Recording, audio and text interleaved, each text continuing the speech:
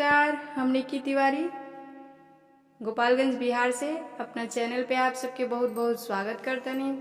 अभी अपना चैनल पे आप सबके हम सुनाए जातनी एगो जनेऊ भिखर के गीत। आप सब हमार गीत सुनी। अगर गीत आप सबके अच्छा लगे तो हमारे चैनल के लाइक शेयर और सब्सक्राइब जरूर करी।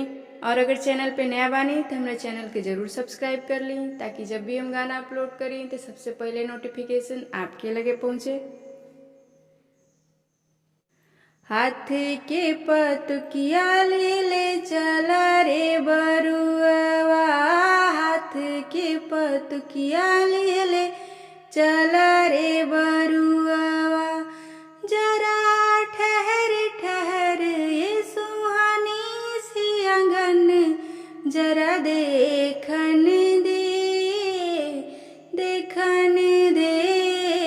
हाथ के पतुकिया ले चला रे बरुआ, हाथ के पतुकिया ले चला रे बरुआ। पहली बार तुम आए हो बरुआ अपनी दादी के पास हो, पहली बार तुम आए हो बरुआ अपने दादी के पास हो। भीख न देती दादी तुझे लौटाती, जाओ तुम बेदिया के पास हो।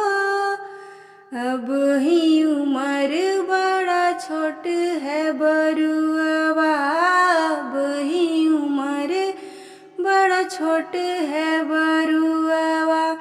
जरा ठहर ठहर ये सुहानी सी आंगन, जरा देखन दे हाथ के पतुकिया ले चला रे बरुआ, हाथ के पतुकिया ले चला रे बरुआ। पहली बार तुम आए हो बरुआ अपना मम्मी के पास हो, भीख न देती मम्मी तुम्हें लौटाती, जाओ तुम बेदिया के पास हो।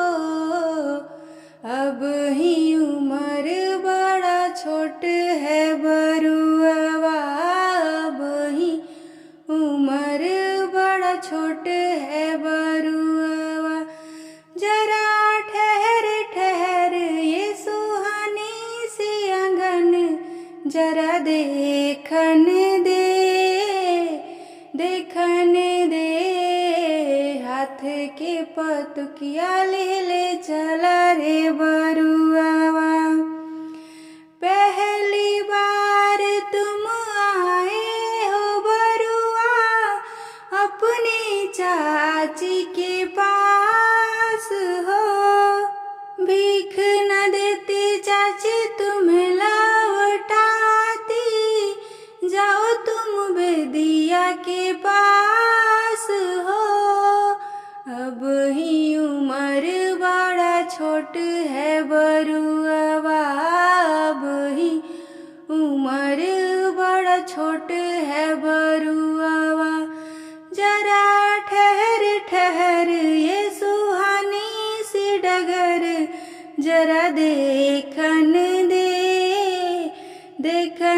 दे हाथ के पतुकिया ले चला रे बरुआ, हाथ के पतुकिया ले चला रे बरुआ।